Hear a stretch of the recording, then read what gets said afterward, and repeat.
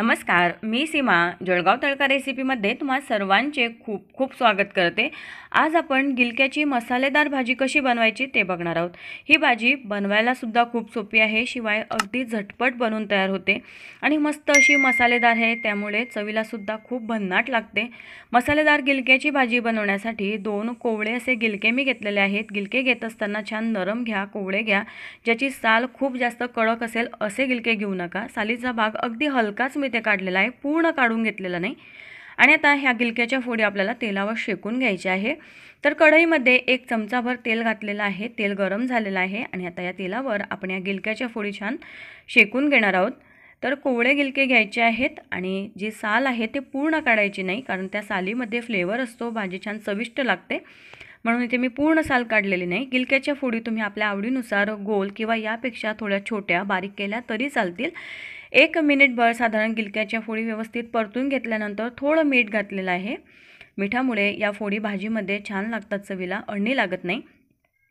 आणि आता गॅसची फ्लेम अगदी कमी आहे, यावर अर्धा मिनिटासाठी मी झाकण ठेवलं।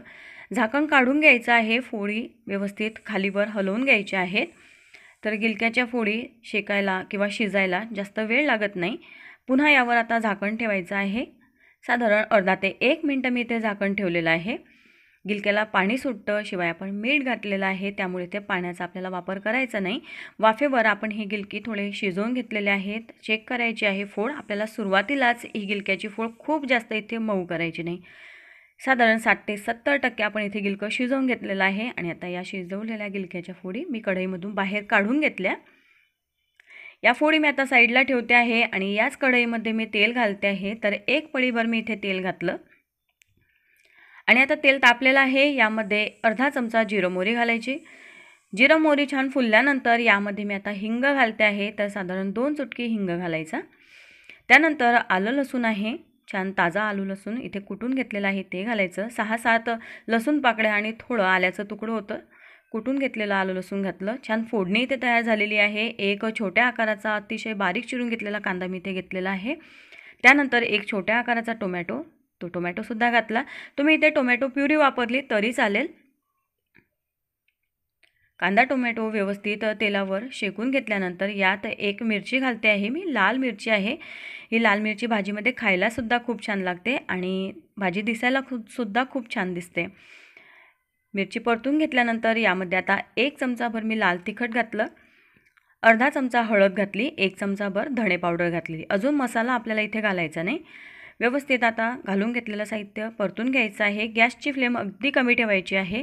त्यानंतर भाजून घेतलेल्या शेंगदाण्याचा कूट घालायचा आहे, तर 2 चमचे भरून मी इथे भाजून घेतलेल्या शेंगदाण्याचा कूट घातला। चवीनुसार मीठ घालायचं आहे। मीठ घालत असताना लक्षात ठेवायचं आहे, आपण आधीसुद्धा फोडीवर मीठ घातलेलं आहे, त्यामुळे मीठ थोडं पाहून वापरायचं आहे। शेंगदाण्याचं कूट आहे, मसाला खूप जास्त कोरडा व्हायला नको, म्हणून यामध्ये साधारण 1 चमचाभर मी इथे पाणी घातलं। व्यवस्थित मसाला मिक्स केल्यानंतर यामध्ये आता या शिजवून घेतलेल्या गिलक्याच्या फोडी घालायच्या आहे आणि व्यवस्थित मिक्स करून घ्यायचे आहे।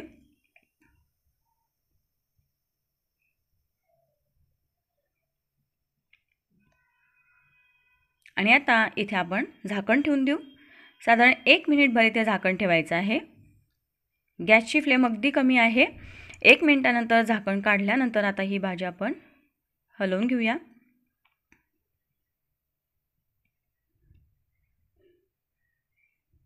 तर फोडी आपण आधीच खूप जास्त मऊ अशा शिजवलेल्या नव्हत्या, थोडी फोड अर्धवट कच्चीच होती। आणि आता इथे गिलक्याची फोड चेक करायची आहे।